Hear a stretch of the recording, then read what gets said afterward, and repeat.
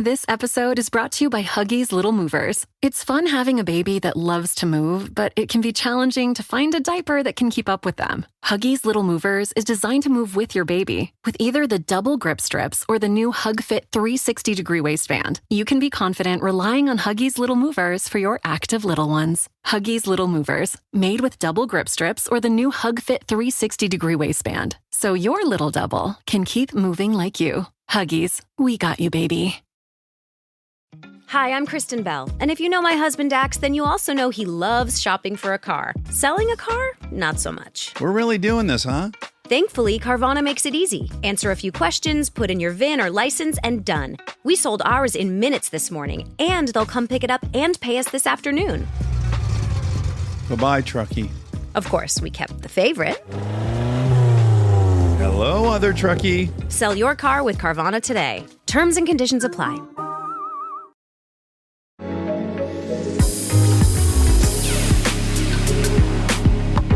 Oh babies, oh babies, oh babies, bitches, oh babies, oh babies, bitches, oh babies, oh babies. Who's the bitch in your life? Is it you? Tell us now. Welcome to Who's the Bitch, everybody. My name is Jackie Zabrowski. And my name is Kara Clank, and I'm just sitting back here in New York City, listen to Jackie Zabrowski bring us in with another little ditty. Thank you. We're just a couple of bitches that are divided by space and time right now, literally in different time zones. Whole country separates us, baby. We will be back together, united very soon. You're damn right. But first we have to slide through the summer. Now, I'm not saying sliding in a positive vaginal way. I'm saying in a sad, hot, and maybe it is a big surprise to you that slippery, sweaty. Zabrowskis don't find our top form in the summer. You've made it pretty clear that it's not your favorite. It's not my favorite, but you know, there are many, many ways in which it couldn't be your favorite. And surprisingly, even though I've worked with Holden McNeely for such a long time, Holden McNeely canonically dislikes feet of all kinds. Hates feet, hates seeing them in the summer, hates everything about them, and especially, I mean, you're in New York City right now, baby. There ain't nothing like sandals in the summer of New York. Now, if we're talking summer, we're talking bare feet, okay? I don't give a fuck about a person's foot. It doesn't yuck me out, really. I'm not I don't see a foot and want to rip my eyes out the way some people do, regardless of what your foot looks like. Even if you've got bad toenails, I don't give a shit. It's not something that really registers for me. It changes when the proximity to my face gets smaller. When you take them off the floor. Is the thing. You're right. They shouldn't leave the floor. Is that what the feet rule is? Feet are good. Feet are fine. Down on the ground, baby. On the ground? On the ground where they belong. In a shoe on the ground. Because even if you're some people in the movie theaters, let's say maybe I was in a 3-hour-long movie last night. And let's say before the movie starts, I see a person, couple rows in front of me, 2 people next to each other. And we're not talking the recliners of AMC. We're talking the plush rockers, okay? I was in the plush rockers for a 3-hour-long movie. Rockers. And these bitches had their naked peeties up on the top of the seats in front of them where people were sitting. That, to me, is a federal crime. Death penalty. It is just there. It would also be one thing if you did it and there was nobody sitting in the seat. All right, fine. Somebody's sitting in the seat, and also it's a plush rocker, so the seat moves. So if you're pressing on the top end of the chair, it is automatically going to make the person's movie watching experience worse. And then on top of it, you're going to put your dirty ass feet up there. It's just crazy. Were they wearing flip-flops or something? No. Oh. I mean, they really watched her, those babies? Kara, I watched her take her socks off and place the feet up on the headrest. So, no, it wasn't my shoes just shucked right off. No, they didn't. It was a choice. She came with stockinged feet and chose to do this. No, simply no. You just simply no. You may not. You simply just may not. You may not. I I was so upset, especially because I knew I was about to watch a 3-hour-long movie. And I couldn't get past it. Did I take a couple of pictures? Yeah, I did. And maybe you shouldn't be doing that in a movie theater, but I was beyond myself. But then I saw this story about Lily Allen. So Lily Allen got on a plane, right? She was flying overseas. And she went to sit down in her seat, and she noticed that there was a toenail clipping on the side. And then she goes to sit down, and she sees that there's a bunch of toenail clippings all over the seat, in the back of the seat, like little, like whole thing, like in everything. And she asked I think a flight attendant, like, is there another seat? And the whole plane was booked. So essentially, she asked, like, do you have a bag or something? And she says, he came back with 2 wipes and a sick bag, and I cleaned up the toenails that I had in my field of vision, shall we say. Then I went to put them, the sick bag, down in the storage bit or whatever. Once it was all sealed, folded up, and then I saw, in the cup holder, another 3 toenails. Oh my God. Toenails abound. And I just feel like between the foot thing at the movie theater and this, I know that toenails aren't attacking No, me everyone's right now, lost the thread. Everyone's lost the thread of like what you're allowed to do. Like your feet are not a movie theater is not your living room. An airplane is not your bathroom. No. That is where you're supposed to be doing the things that you're doing. Putting your foot up on any furniture is something you do in your home or a home of a friend where you feel comfortable. Yes. And you know that that's allowed. Yes. Like putting your foot up, even putting your feet up on the seat in front of you at the movies with your shoes on is fucking crazy. Someone's sitting there. Yes. Like they don't want to feel you sneeze and move their seat. Like people have just completely lost fucking their minds over what we're allowed to be doing in public. And there's no... and it's crazy because it's like shame culture is everywhere. Everybody's fucking filming you. They're posting it online. There's full bad behavior on airplanes, Instagram accounts that have millions of followers, and it's not doing anything. No one is changing their ways. Like it's so crazy. It's crazy. We're just like, I think sometimes people do it because they're like, come at me. Like, I want to see if anyone has the balls to actually tussle with me on this. I don't know. I really don't get it. I just feel like there's... Clipping your nails on a fucking airplane? Right? Are you sick? Right?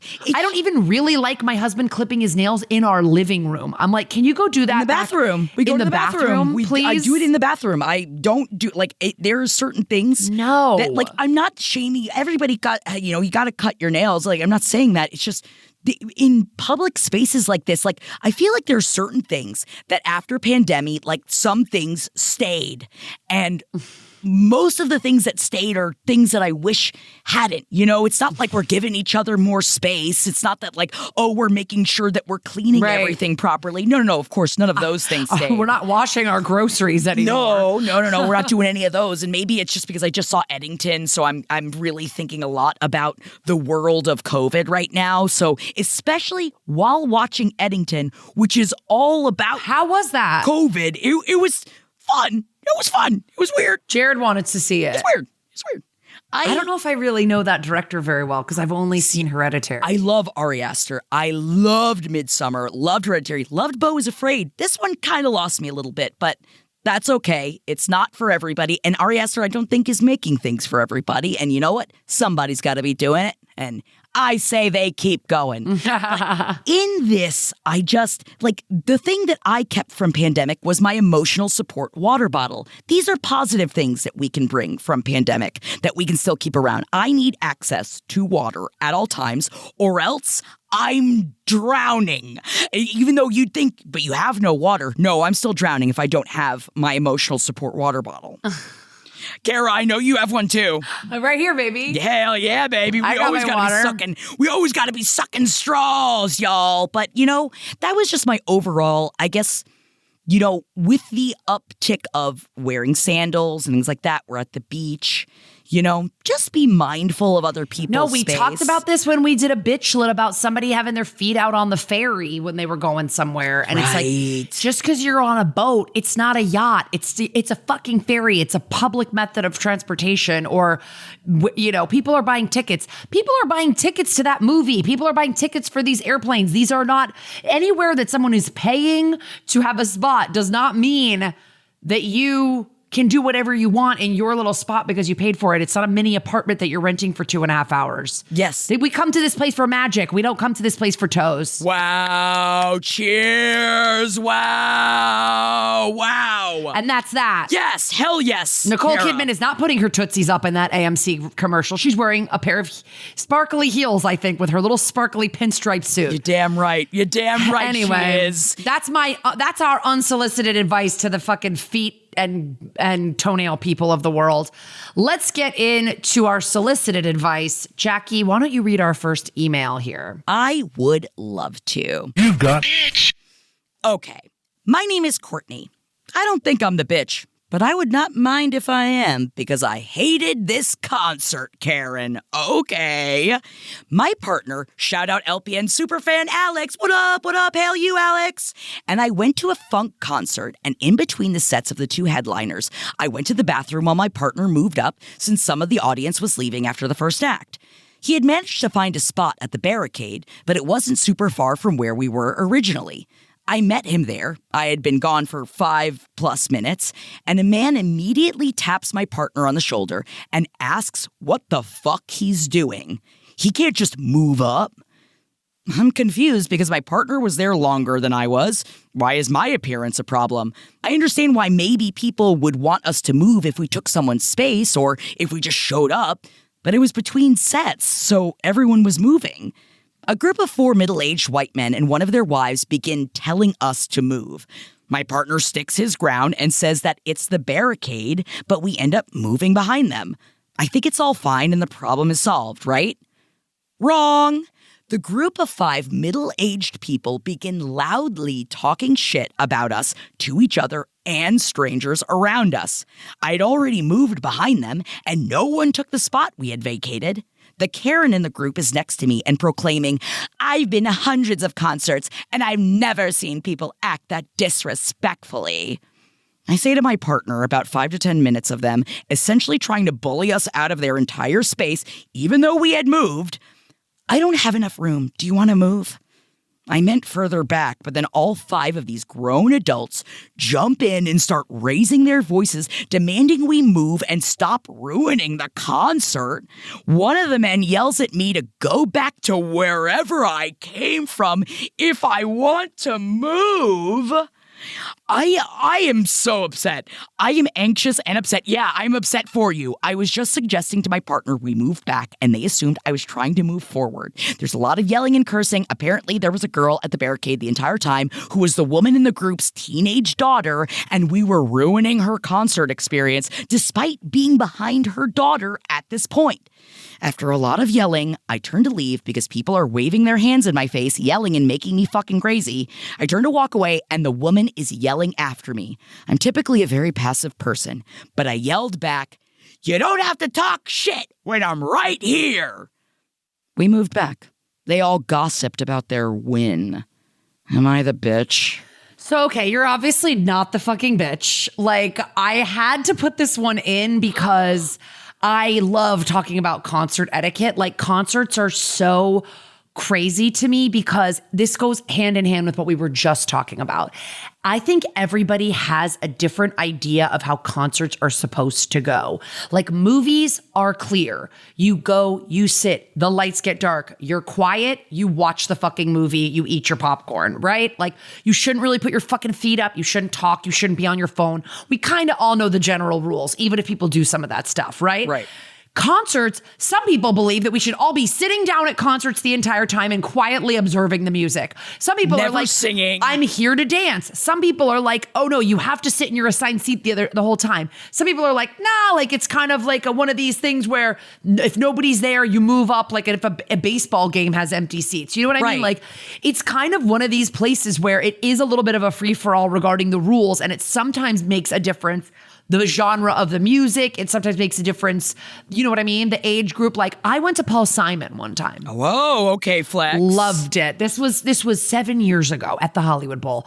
And we were in nosebleed seats because I love the Hollywood Bowl. If you don't know it, it's this big outdoor venue in LA where it's so beautiful to watch concerts. I just love going. I really love all of LA's concert venues, like the Greek, they're all so good. So it's outdoors. So me and my friend are hanging out there and they let you bring in little picnics to some of the shows. We have a little bit of wine I have a sip of wine in my cup. And they start playing me and Julio down by the schoolyard. And me and my friend were a little bit buzzed. We stand up to start dancing and I spill this one siplet of wine onto the seat in front of us, onto this woman that's in front of us. And I'm so apologetic. I got like 100 napkins and I go, I'm so sorry, but it is barely anything. Yeah. And she just is so mad. She's just glaring at me and so pissed. And I'm just like, I'm really sorry. I just got up and like my friend knocked this out of my hand. Like, my friend knocked my hand, like whatever. Yeah. I was like, it was an innocent mistake. It wasn't a full wine. She wasn't soaked. It was like a splash on her. And it was literally like, she was just so much older and was just like, I just want to sit here and quietly listen to Paul Simon. And it's like, babe, I hate to tell you, that's called putting on a CD in your car or your home. Right. Like I literally said, have you been to a concert before? Like, cause she was getting so mad and she wouldn't drop it, even though I was being so apologetic and handing more napkins and trying to help. Like she just was so pissed. And I go, have you been to a concert before? I got so mad. And I've gotten into so many little tiffs at concerts. And I know a lot of it has to do with some of the times I'm high or like, I get paranoid that people are mad but there's a lot of like also sort of free for all concerts where there are no ticketed spaces. It's just kind of like getting up as close as you can. And people just wild out. And I just love this fucking stupid bitch going, I've been to hundreds of concerts and this never has happened. Like, what are you talking about? No one at hundreds of concerts has ever moved up to the barricade. Moved in the group? What are you talking about? It's also in between sets. All of this is so annoying. I would have been so upset. You know what? I'm going to say it. Good for you for yelling back. You don't have to talk shit when I'm right here. I'm proud of you. Yeah. I'm saying I'm proud of you. Because you know what? Sometimes I feel like in situations like that, you look back and you're like, I should have just said something. Should have like put a button on the end. And I'm proud of you for doing it. We don't always get that shot.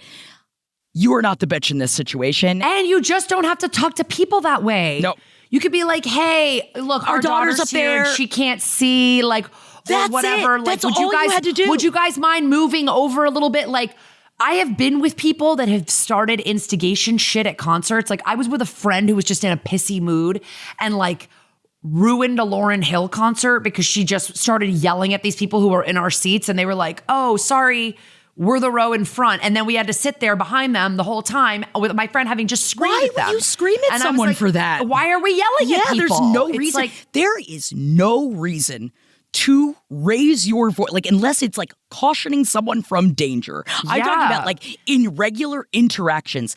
Isn't it so insane how simple a direct communication of, hey, our daughter's up there, so if you wouldn't mind, like we're trying to like give, that's it. But it's like back to what I was saying though. It's like there's no established etiquette for concerts in a lot of ways.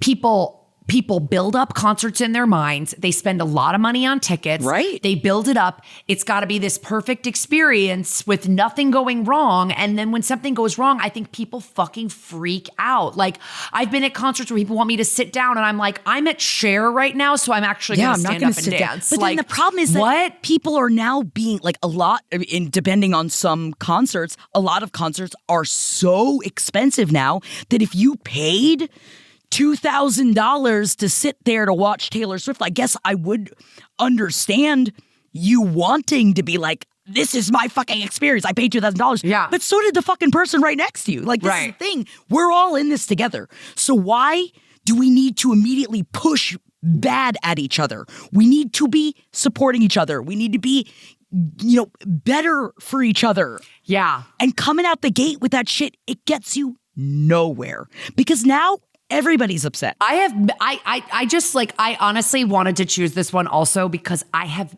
seen this group of 5 middle-aged people. I know who they are. Oh, yeah. Of course it's all men, and then it's one woman who's just like, oh, I'm with all my guys Florida. so I can pop off. I know who these people voted for. Like, I'm sorry. Like, this is such a classic group of people that think it's their job to tell you how to behave and how what you're was supposed to be doing. When the fuck said, well, you can move back to where you came from. And I think that he meant... I think he meant that in a go back to where your seat was. But it does sound like he said that sentence before. Oh, I thought definitely said that to that person before. If you think that guy has not said that to somebody who he does not think is from our country, you're wrong. You're wrong. Yeah. That guy has said that phrase before in a worse way. In this situation, it seems like go back to wherever I came from if I want to move. I feel like he's saying go back to like the seat you came from. That makes a lot more sense. Sorry, that makes a lot more sense. Who fucking knows? Maybe because the caller, you're right, you never know. The emailer did not specify that they that they felt like racially attacked or anything. Aggressed towards a nat yes, guy. Yeah. but I hope it wasn't that. Maybe I'm giving this guy the benefit of the doubt that I shouldn't be, but.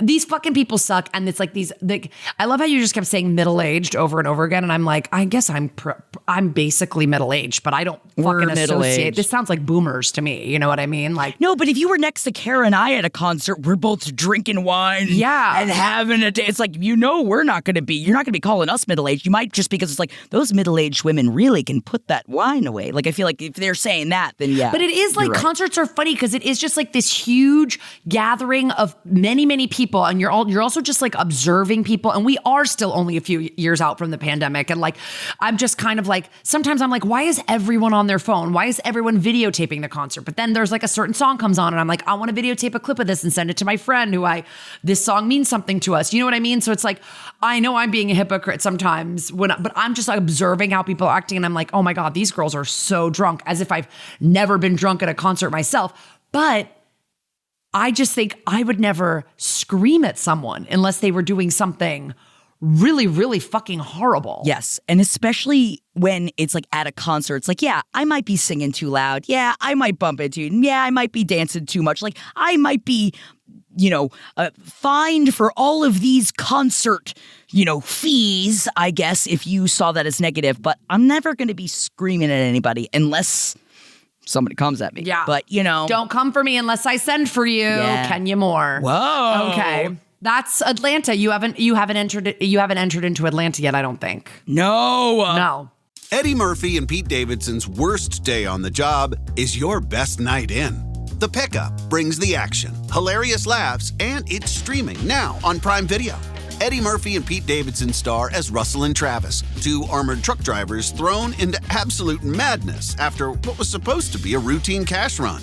They're ambushed by a gang of criminals led by Zoe, played flawlessly by Keke Palmer. And from there, it's nothing but twists, trouble, and top-tier chemistry. Directed by Tim Story, The Pickup serves action, laughs, and the kind of mess you'll want to rewind.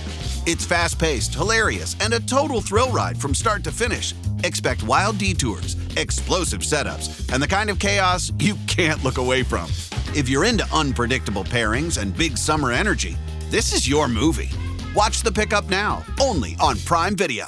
This episode is brought to you by Huggies Little Movers. It's fun having a baby that loves to move, but it can be challenging to find a diaper that can keep up with them. Huggies Little Movers is designed to move with your baby. With either the double grip strips or the new HugFit 360-degree waistband, you can be confident relying on Huggies Little Movers for your active little ones. Huggies Little Movers, made with double grip strips or the new HugFit 360-degree waistband, so your little double can keep moving like you. Huggies, we got you, baby. Okay, thank you so much for giving us your concert drama. Let's read our next submission. Let's do it. Hi, Kara and Jackie. Names have been changed to characters from the iconic 2016 rom-com John Tucker Must Die for obvious reasons. Love it. 2006, yes. Immediately obsessed with this. Yes. Email. A few weeks ago, I met a woman named Kate in the Are We Dating the Same Guy group on Facebook for our area. Ooh. So this is Kara talking now. You know that there are these groups on Facebook that are like, are you dating this guy? I've seen a bunch of these. These have popped up for me for LA, even though I'm not dating. Or I'm married long long time. But like I've seen these groups pop up where it's just like, hi, I'm dating this guy. Is anyone else dating him? And people will be like, yes, my friend is dating that guy. Like it's kind of like a way, I guess, that I think a lot of women mostly are watching their own backs or helping each other out if like scammy, like, you know, it's like, cause there's like scammy love bomby guys like that are like dating a ton of women and being creeps. So anyway, back to the submission. I had been seeing this guy, John, back in March, and it turns out that she had been too. John and I hit it off so well and had an incredible connection, so I was pretty devastated to find out in early April, via the aforementioned Facebook group, that he was seeing multiple other women at the same time. It's probably because I'm a Leo, shout out my Leo sister, Jackie. Yes, hell yes. And I'm way too prideful to keep someone around who has any doubts about me, so I immediately told him that I was no longer interested. I was really hurt by the situation, but moved on. In late June, Kate saw that I had commented on a post about John where several other women shared their experiences of being lied to, love bombed, manipulated, and used by him, and reached out to ask me some questions. After a few messages, she asked if I wanted to meet up for a drink. Now, I'm a girl's girl. I'm a yapper. I love talking shit and bonding over a common enemy. So of course I said yes. And this is Kara talking. So would I, babe. I would absolutely do this. This is hell so yes. me. And she says, and we had such a good time. Hell yeah. She's so sweet. We have a similar sense of humor, similar interests, and we are both tattooed baddies with fun hot girl hobbies. Love this for you guys. We became fast friends, started talking every day, and hung out a few more times. The only thing that gave me pause was that she's clearly a pick-me girl and acts pathetically when it comes to men. She admitted that even though John had hurt her so badly and she knows she can't trust him, she'd still be responsive if he reached out to her. I figured he probably wouldn't though, because he ended things with her and apparently has no shortage of women in his life, so it'd be a non-issue. Now for the shrimp of it all. Okay. And the subject of this email was shrimp bitch. I make stained glass art as a hobby. And when John and I were seeing each other, which Jackie does as well. Oh my right? God, tell me where we can look at your stained glass. Sorry, I got too excited. So when John and I were seeing each other, I made him a super cute stained glass piece of a shrimp similar to the shrimp emoji. I have no idea why, but he loved shrimp, not to eat, but he thinks they're just super cute and funny looking, I guess. Gifts are my love language, so I was beyond excited to surprise him with it, and I knew he would love it, but things ended before I could do that. The shrimp sat in a drawer ever since because seeing it made me feel weirdly embarrassed. Probably something about it being the physical manifestation of how I allowed myself to be vulnerable and thus humiliated by perceived rejection. I just want to hug you, Stun. No. And then she goes IDK with the shrug emoji, which is so funny because like, yeah, I get that I get deeply. you. Anyways, I told Kate about it and she said she would love to have it. So I decided to gift it to her. She had gotten John a shirt from his favorite musician, but she never got the chance to give that to him either. So she gave it to me in the most deranged gift exchange of all time. I'm obsessed. I specifically told her that no matter what, I didn't want John to ever have the shrimp, see the shrimp, or know the shrimp's existence. Then the other night, Kate texted me to let me know that John had reached out to her. No. They talked on the phone for a while and he explained everything. She said he, quote, definitely needs therapy, but I can rest assured that he isn't the absolute scumbag we thought he was, and there are perfectly valid reasons for his behavior and lies. Not her exact words, but that was the vibe. I was pissed. I felt personally hurt and betrayed by her, and I was angry that she was continuing to let John treat women like fools. When I asked if they were going to start talking/seeing each other again, and she said maybe, I just let her have it, telling her that she was an easy target for his manipulation. He was playing her like a fiddle. She should be embarrassed and has no one to blame but herself at this point, etc. For the coup de grace, I told her that I wanted the shrimp back and to please mail it to me ASAP. She asked if she could buy it from me instead to give as a gift to her friend who really liked it. And the writer puts friend in quotes. But I curtly said that I want it back. As irrational as I know it is, I just feel like for the shrimp to end up in John's hands after all would mean that he won and I lost, and I can't risk that happening. Also, I understand as someone that also does stained glass that it takes a lot, and that is a lot of energy that you've put into that gift for someone. It is not just something you just easily like, oh, yeah, whatever. It's not like a little keychain you bought at a shop. No, I just needed to pop that in there. I'm sorry. Please continue, Kara. Okay. So I ask you, who's the bitch here? It goes without saying that John is the biggest bitch of all and deserves to suffer immensely. But am I the bitch for how I reacted to Kate? Should I have just said a hearty good for her? I love that you're quoting a good for her. and not let it bother me so much? Am I the petty little baby bitch for insisting that she give me the shrimp back after I gave it to her as a gift? Or is she the bitch for giving up on our new friendship just to beg for attention from John and for betraying women everywhere by enabling his behavior? Or is the stained glass shrimp the bitch for being a cursed object that must be summarily destroyed? P.S. Kate said that she would mail the shrimp soon, but this was 5 days ago and I haven't gotten it back yet. We live 40 minutes from each other, so I figured it'd take like 2 days max. If she doesn't give it back, would I be a crazy bitch for making a big deal out of it?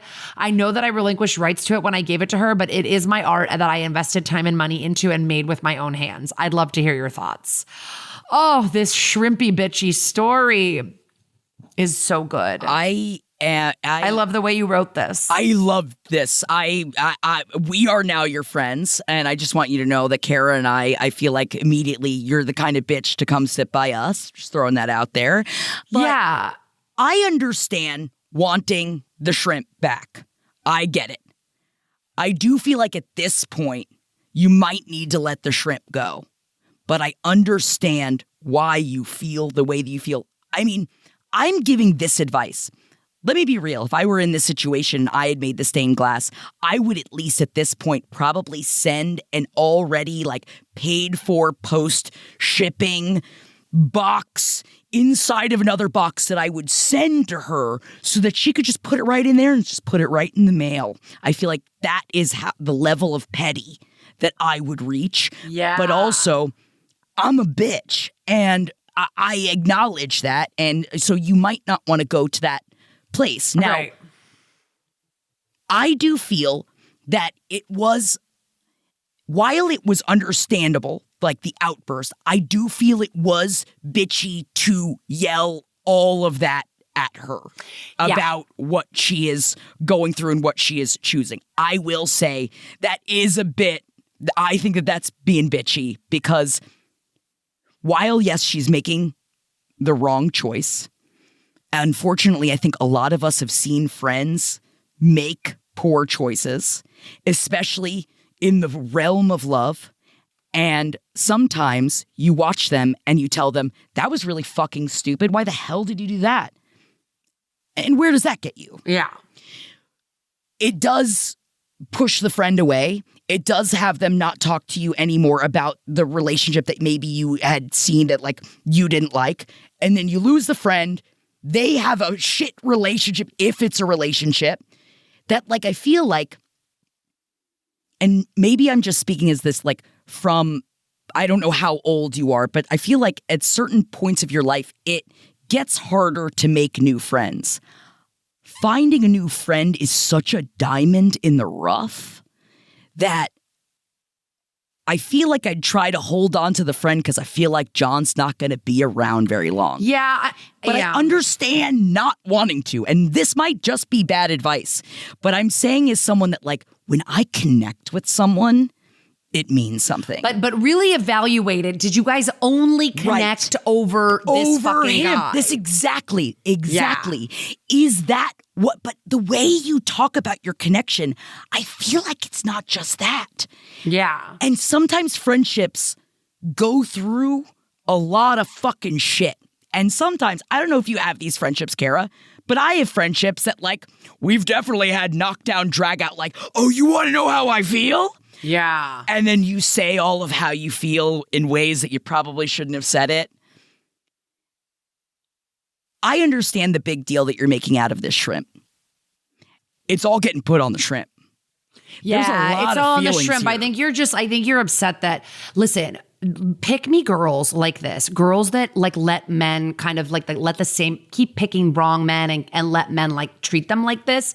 They're not choosing that really. Like you're yelling at her like this is kind of like an immediate choice, like where I feel like she has probably trauma and issues, and like the only way to help her get out of that would be to like talk to her and help her work through it. This and be is like, what I'm saying. Listen, babe, like this. Remember we talked about this and that. Like I care about you, and I really feel like you're making a bad decision and you're letting him manipulate you again. Like remember XYZ. Remember this. Like there's ways to like calmly walk someone through this. And look.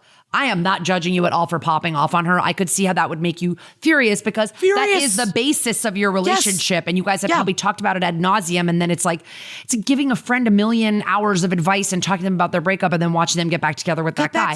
I know for a fact that hundreds of our listeners know that exact fucking feeling because we get 10 emails about it a week of my friend just keeps going back to her bad, shitty boyfriend or whatever. And people, I really do think that it's like people will come to this kind of stuff on their own, but like screaming at her and yelling at her and like ending the friendship abruptly maybe wasn't, but I could also understand if you're like, I cannot be friends with people that are like that. Like that's one of my criteria for friends, that they're strong and they stand up for themselves. And that's not this girl. I get that. That's not Kate. So if you want to be done with this relationship, that's fine. I think it's like medium bitchy that you yelled at her like that.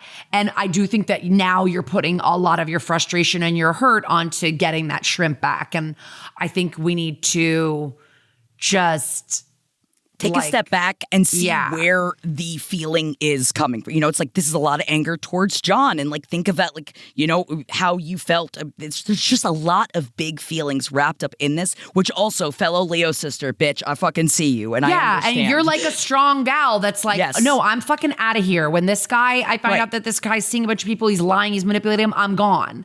A lot of people just they keep getting wrapped up. They keep getting sucked back into that hole. And sometimes I'm not trying to say like, oh, it's like out of their control, but I do think it's like a deeper psychological thing that takes some time to work your way out of, and not just like, well, I met this friend and we had a lot of conversations about how this guy sucked, so now my personality's different, you know, like you've noticed this about her. She doesn't stand up to herself with guys. You can either stand by her and be a friend that helps her figure that out, along with the help of probably therapy and some other things that she needs.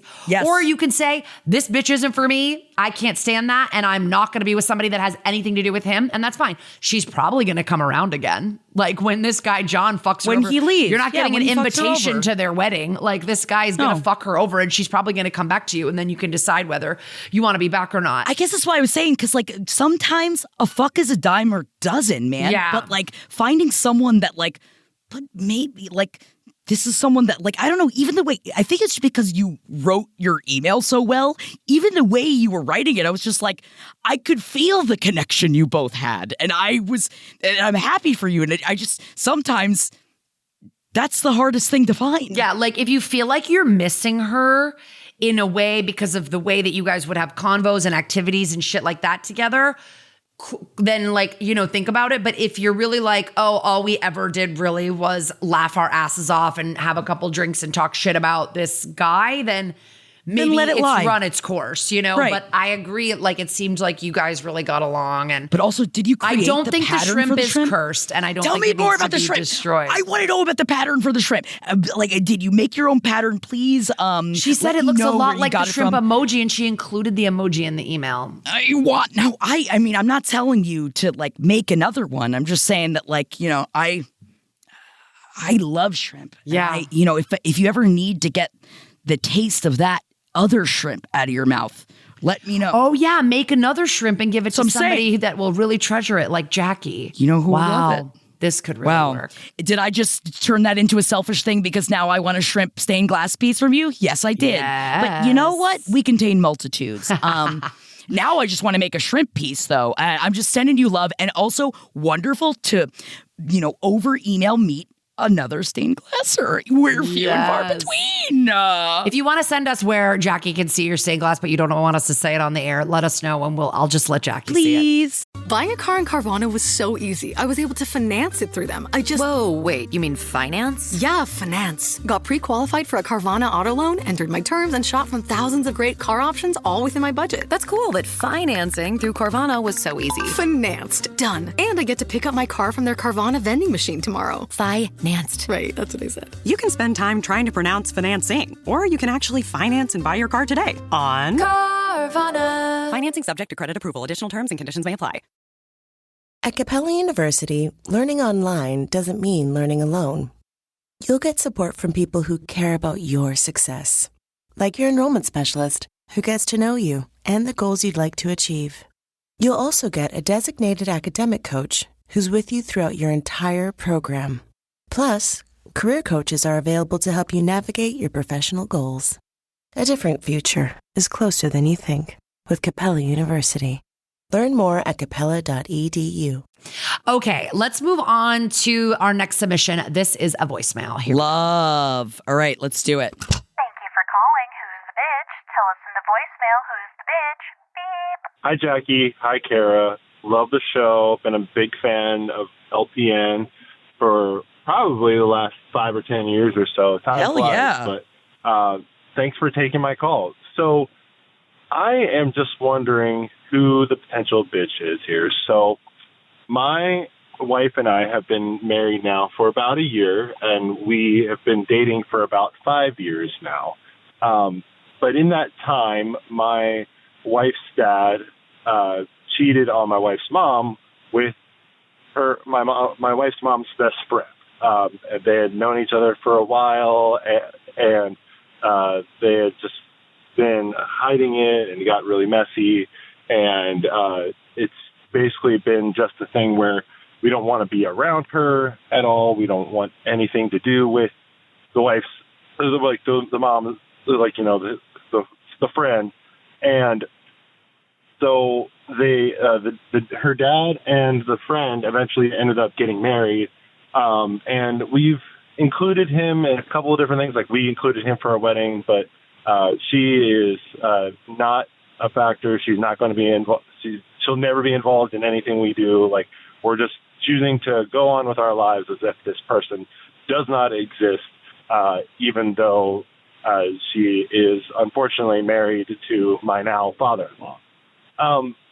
But since we've been married, and before we got married, people were including him in different outings, but it was sometimes they would invite his new wife, who we lovingly refer to as Satan, although Satan is much nicer than this woman. And we, talk to them about, and then so this person will show up at a couple different things when invited, or sometimes she won't be invited and she won't show up. But it's gotten to the point now where now my uncle's in-law, my father-in-law's brothers, are making sure that he is invited to all of the. We've had 3 cousins' weddings that we've been invited to that were scheduled after our wedding, and they've all invited the new woman and my father-in-law. And we kind of have a couple curious reasons as to why we think this is, but we mostly kind of think it's either the wife pushing my father-in-law to force the uncles to invite her, knowing that if she's invited and if she comes, then my wife and I and my wife's siblings and my mother-in-law won't go. We won't be in the same room as her, don't want to be involved with her whatsoever. And so so who's the bitch here is really what I'm asking. Is it the new wife? Is it the father-in-law?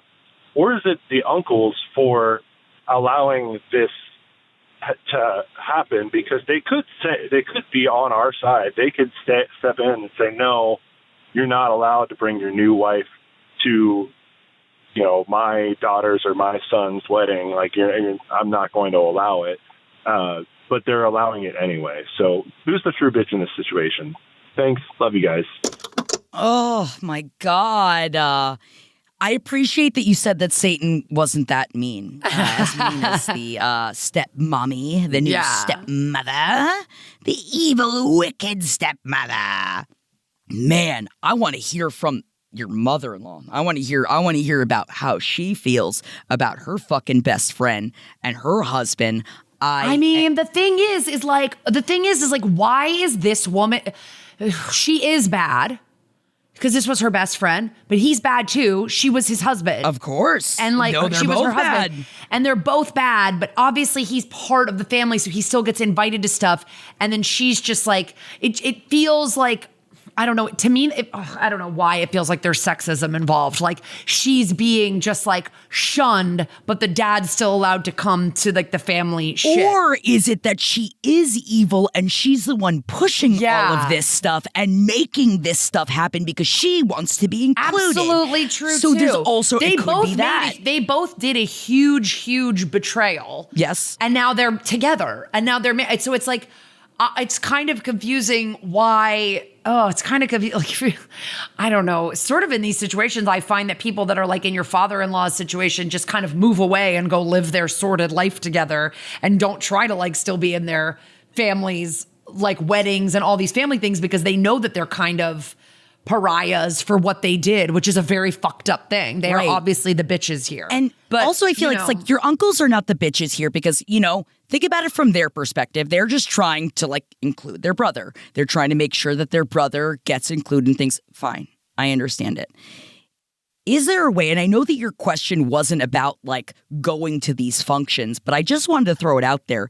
Is there any place that like your wife or you too could talk to the cousins, the kids of Uncle Bitches, to be like, do you really have to invite, like, our whole family will not come if he's there with her. Is there any way we can figure this out? Because I wouldn't. And I would if my family was in that exact position, I would be doing exactly what you are doing. If it's like, if the woman is, coming off as like, or is she just that like, they just fell in love and they were in love for a really long time. And that I know that doesn't condone any kind of cheating. I guess I know it shouldn't matter. I'm sure that's what they think. They think they have some kind of some forbidden love story. That it is this thing that like they went against their families and it was the greatest love of all. Like I would also, if I was your wife, probably call my dad and say, I don't want you there. And I don't know what realm the whole family is talking about what has happened and how much they've been able to process together. I understand as someone that is recently going through a big thing in family that needed to be processed together, and it's difficult. Large changes to family, I know, surprise, is very difficult. And everybody sees it from a very different perspective. And so that's the only thing that I would add into this, just because I am curious more into the story of like, obviously, your mother-in-law is devastated and probably never wants to see either one of them ever again. Is there, like, what is the relationship of the father-in-law with the kids? Like, with your wife and her siblings. Yeah, it's like they see their dad at these events and then they just don't want I don't know. It just seems like they should be equally accountable to me, the wife, the new wife, and the dad. And if the dad is allowed to come to those things, if I was the new wife, then I think that the new wife should want to be able to. I don't know why she wants to. I don't know why she wants to. What's wrong with her? It wouldn't be me coming. I would not want to do that at all. Come and see my ex-best friend and their family at a family event. Fuck that. And you're going to show up and so then the whole other family, if I was like the mom's best friend in this scenario, if I was Satan in this scenario, no fucking way would I go to any of these functions. But Satan loves to watch the world burn, right? Satan's there for the fucking chaos. This is the thing. I just think like I kind of see why these uncles are like, well, we're not going to cut off our brother because he cheated. Like the men are not seeing it in the same way of like, this was your best friend and you know, whatever. But I'm just saying a lot of times I see this across reality television, my own life. Like people like to blame the woman as the homewrecker when he was just as big a part of this thing happening as she was. So you're letting him come to the family functions? I don't know. I don't think and I think you're absolutely within your rights to say, if they're coming, I'm not coming. You're absolutely within your rights. It just seems a little bit like arbitrary to just be like, well, he can come to stuff, but she can't. I mean, I know he's part of the family by blood, but that is his wife. Like, what if there was like another person what if like you personally, the person who called into this, you married into this family. What if they all just said that they didn't like a former mistake that you made and you weren't allowed to come to anything? I know it's not the same thing as like cheating, you know, but if you gambled away a bunch of money that was yours and your wife's, or you know, whatever. And they were just like, he is not allowed to come to any shit anymore. Like, I don't know. Maybe that example doesn't make any sense. If I wasn't wanted, I'm not going. I'm not going. But we're not Satan. Like, there's a thing. Like, that's why I'm like. But I feel like everything about this, the fact that you call her Satan, it can't just. Honestly, not that it can't just be, but I would assume that this is coming from her a little bit more. Like, I feel like the way in which the caller was talking about this, that this is. Because why would anyone in their right fucking mind want to still go to these functions? The father-in-law is also definitely saying, you gotta invite my new wife. Right. She's upset. Like, they're both asking their family to accept them. And that fucking sucks for your wife's mother. And it sucks for you guys that find what they both did to be offensive. And so I think you're well within your rights to go, we don't come to these weddings. We're not going to a cousin's wedding. We're not doing that. But I kind of also understand why they are saying, oh, accept our mistake. We're in love. You know, like we want to come to this thing, you know? I would also, man. It's a shitty situation. I would want to like, I know that there's like no real easy way to do this, but I'm saying this is like in this scenario, if this happened to me and my mother, I feel like I would go to my mother and be like, so what do you think? Like, tell me more about your tell me more about this situation. Like, is there any way of like the family moving forward together? Like, I feel like I would want to know more about the Satan that you're dealing with. You know what I mean? Yeah. Or is that, you know, too like, no, I would never talk to my mother. Yeah, about like if she's that. doing stuff, if she's doing stuff now post the affair, post them being married, that's like detrimental to the rest of your family. I mean, you are calling her Satan, but like, what has she done beyond the affair, which is awful. Yes. The affair is awful. But then your father-in-law is also Satan. Like they both were part of the affair, is what I'm saying. So either neither of them are invited or they're both invited and everybody gets to decide what they want to come to. But like, I do think it's kind of weird to try to like split them up and enforce that as some kind of policy. Like, well, we don't allow her in because she's not blood related and she made a mistake. Your father-in-law is blood related and made the same mistake. Right. You know, like if she's a bitch in a million other ways, that's fine. That hasn't been explained to us in the email. So I'm not, or in the voicemail. So I'm not sure. I'm sure you have a million stories about her being a fucking hose beast, but like, I want to hear you know, it's like, yeah, but thank you for calling in. I mean, do let us know what happens. I would love to know. And it is fucking bullshit going against all codes, girl code, everything to... She shouldn't show up. Like, fuck your best friend's husband. If I was in Satan's position, I wouldn't show up. I wouldn't show up. I would stay far away from the fucking family. I say, go have your family time. I understand. I would send him in my stead. And I'm sure people have seen this happen in their lives. Let us know. What's the story? Please. When you have a parent or somebody who cheats and gets together with their affair partner, is that affair partner now welcome at the events with your other parent? You know, I'm sure the other people know. Let us know. Like I certainly don't know. I'm just rough. But I understand why these uncles are like, well, we're definitely Dave. You gotta have him. Dave's definitely coming. My brother, he's got to come to my kid's wedding, you know, like. But I also don't like he didn't fucking blow up his whole family. I don't even know if they're thinking about it like that. It is just like, of course he's got to come. Yeah. It's family. Yeah. You know. And then he's probably like, I'm not coming without my lady, whatever. Anyway, let's move on. Jackie, please read us the next email. Yes. You've got... Hi, ladies. Love you, ladies, and your opinions. And listening to your show has made me realize just how many times I question whether I'm the bitch in my life. Hell yes. Today's bitchuation involves a friend I had since I was about 5 years old.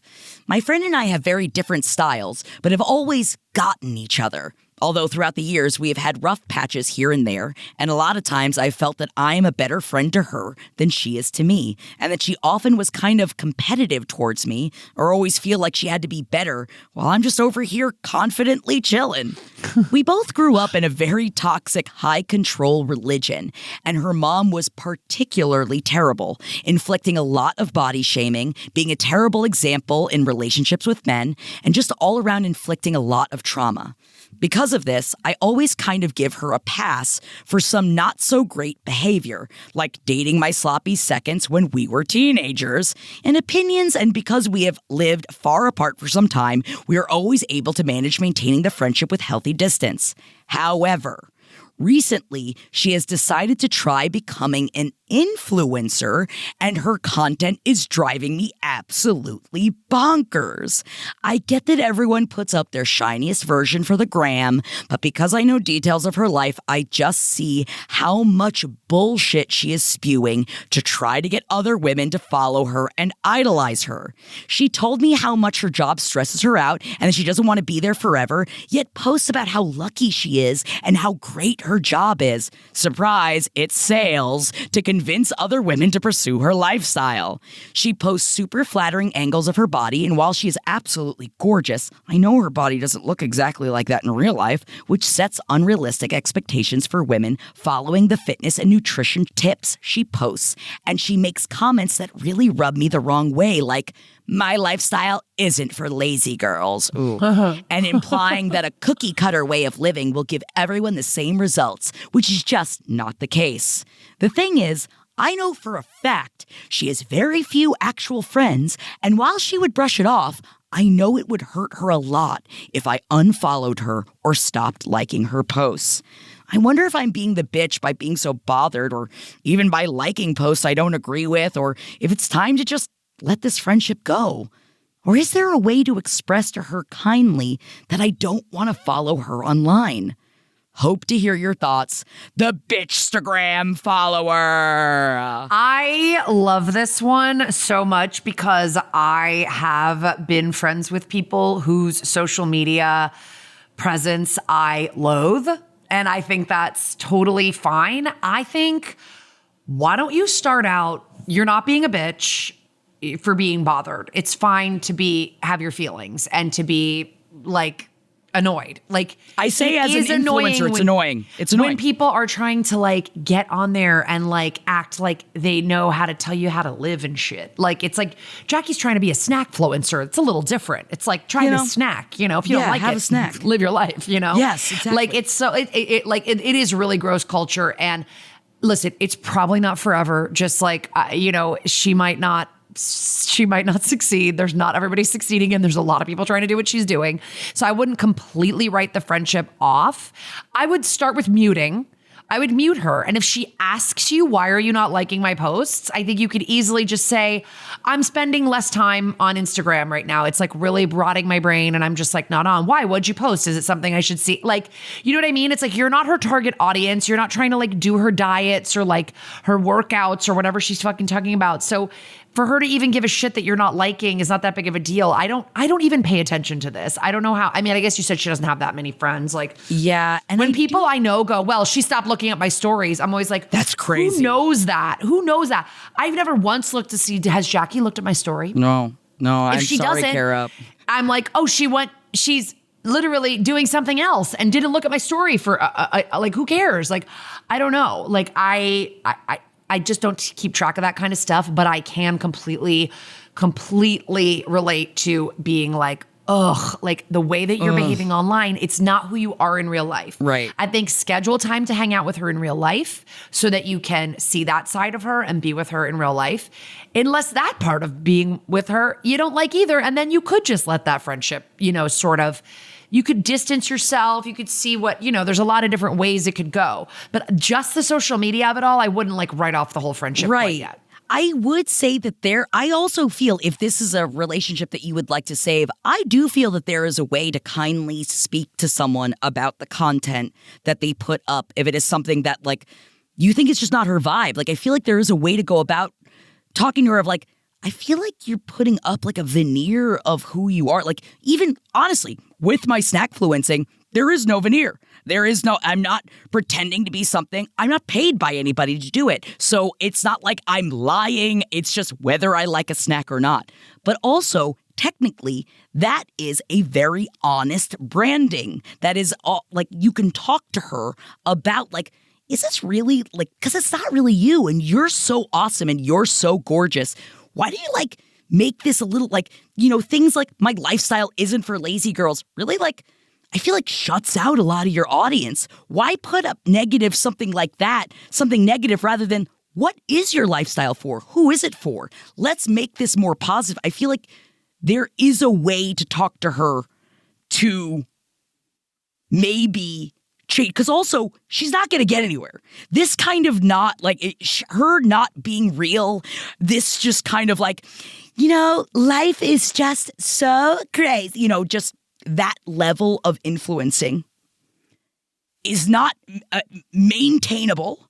It is also most likely not going to sell anything. Yeah. So if you want to come at her from a real point of view, say you need something that is uniquely your own and you just pretending like you're everybody else, it's not going to get you anywhere, babe. Yeah, and if she comes out and asks you, like, well, what do you think of my content? You could be like, it's not really for me, girl. Yeah. Like, I don't really like telling everybody that I don't believe in one size fits all solutions for fitness and wellness. And I'm not really into the whole, like, telling people how to live thing, but I want you to do you. It's just, I'm probably not going to engage with your content. You could also be totally honest, like, but I would start with a mute and just see if Start with the mute. lessens your annoyance. Like, because I think you're just annoyed, and I totally get that. I've had to mute people when I'm like, what is this new person you're trying to be online? I don't like her. Very annoying. It's but I will say I have had friends tell me my content is not for them.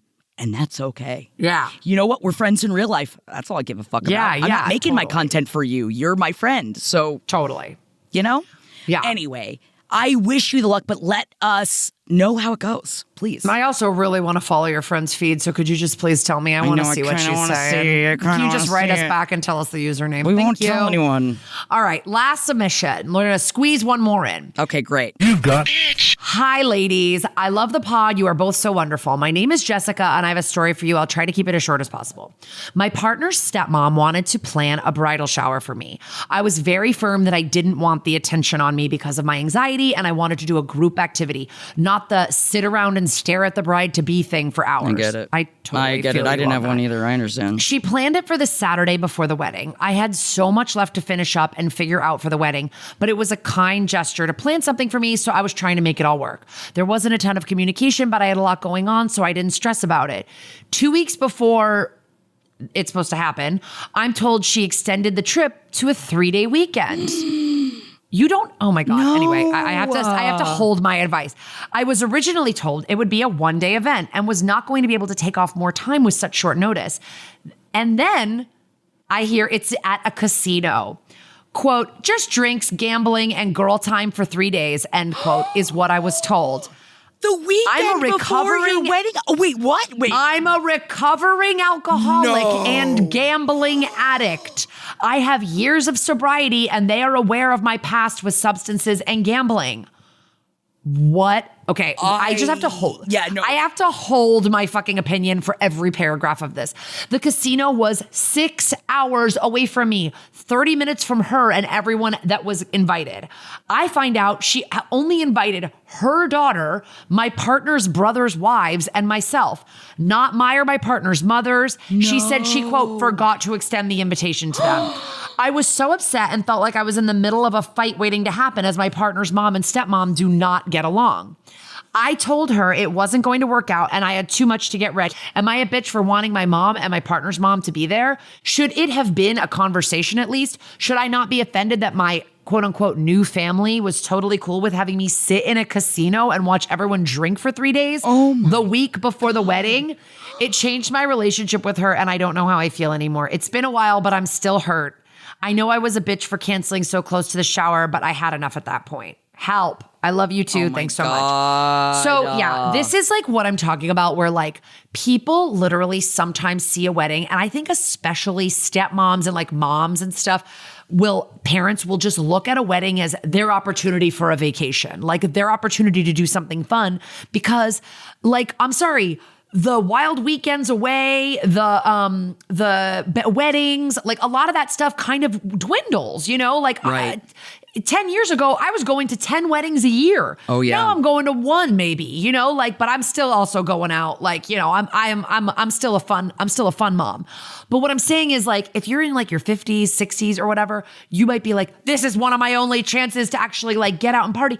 To plan something 6 hours away from where you live, fucked up. To plan something so close to your actual wedding day, fucked up. To change it from one day to a full 3-day weekend. But the key thing is that it was a fucking casino. That you are in It was a recovery? casino That is... where drinking and gambling were the two activities on the menu, and you cannot do either of those things. What the fuck? I actually don't understand why your husband didn't just fully lay into his stepmom, but I guess there's probably dynamics there I don't understand. That's crazy. You're completely right for it to have changed your relationship with her. She does not think about other people. She thinks about herself. Mm-hmm. She was looking for a party for herself, and that's what she planned. Yep. And I'm sure she still went on the trip. I mean, you didn't tell us, but I'm sure she still went on it and just invited her own daughter and the other members of your family that could go, and they had a nice little girls' weekend because it wasn't about you. That's not what a bridal shower is. That first of all sounds like a bachelorette party, number one. And number two, you can't do those things. No. What the fuck? That's deeply fucked up.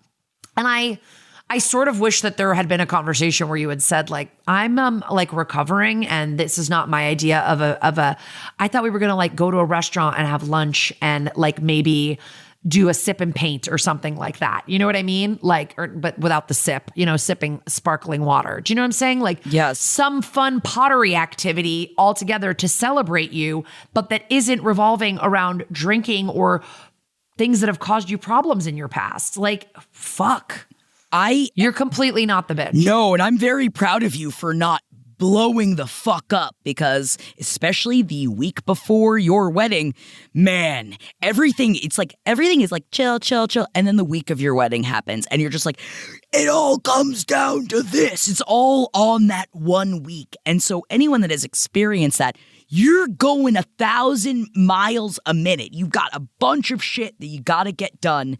And for the indecency, I would have flipped out.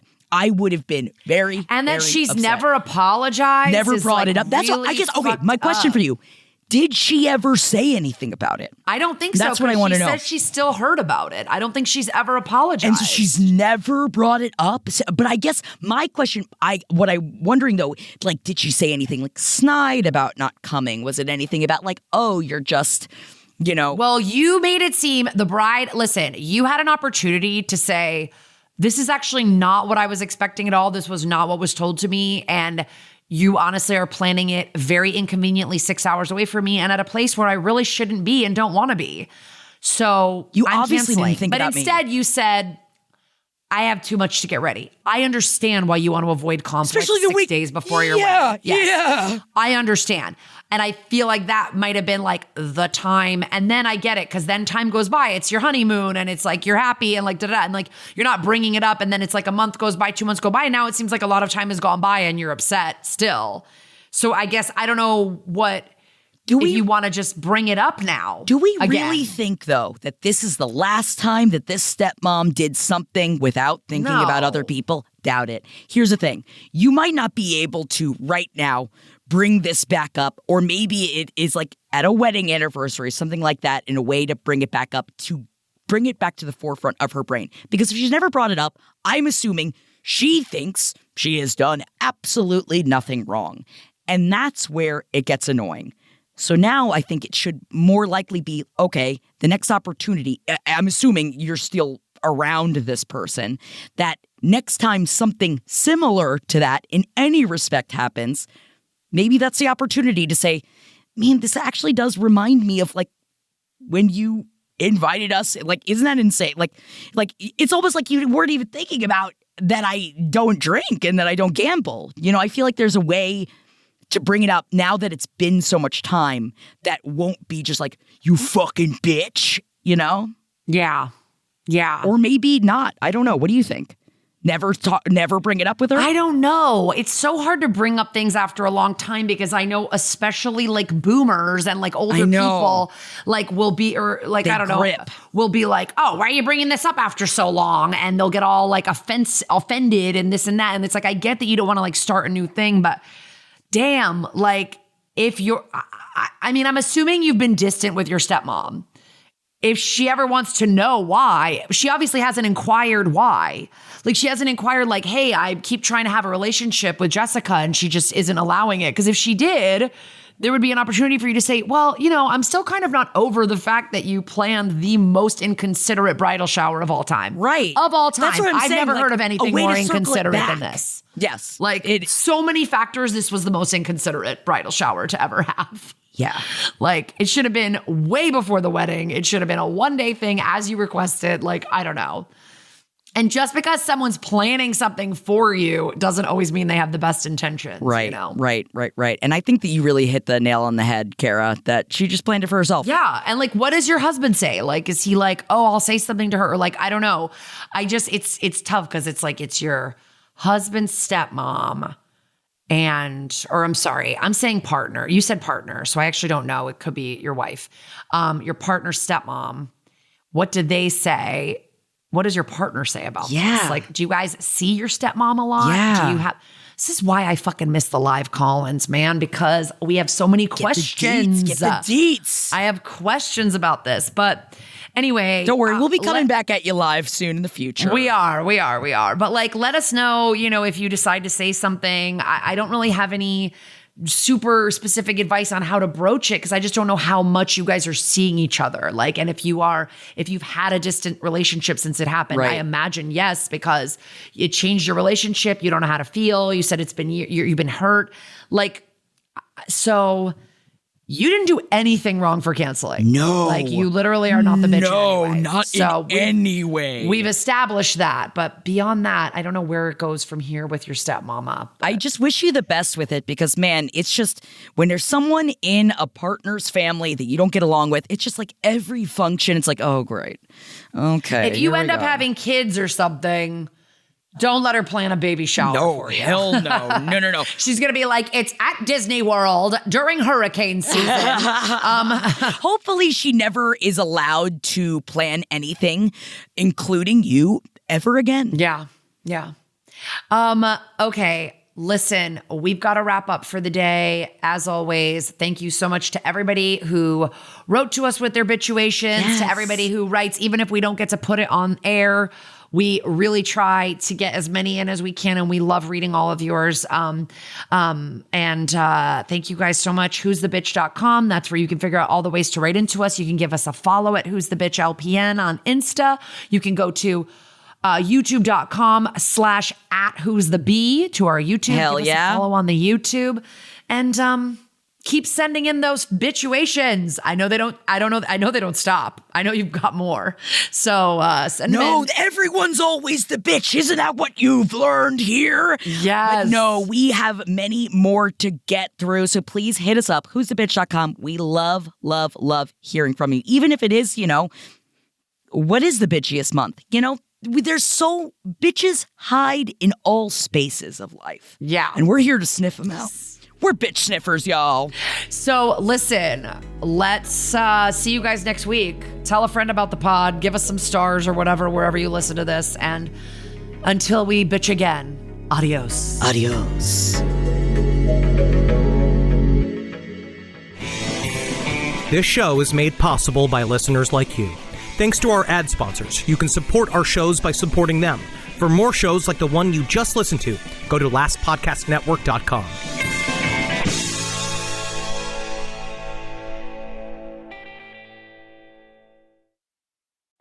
Backroads, good company, and My Mochi ice cream in hand. That's summer done right.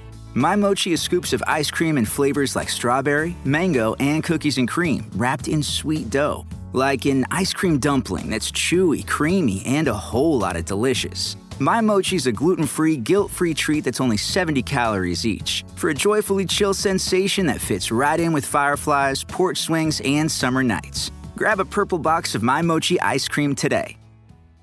At Capella University, learning online doesn't mean learning alone. You'll get support from people who care about your success, like your enrollment specialist who gets to know you and the goals you'd like to achieve. You'll also get a designated academic coach who's with you throughout your entire program. Plus, career coaches are available to help you navigate your professional goals. A different future is closer than you think with Capella University. Learn more at capella.edu.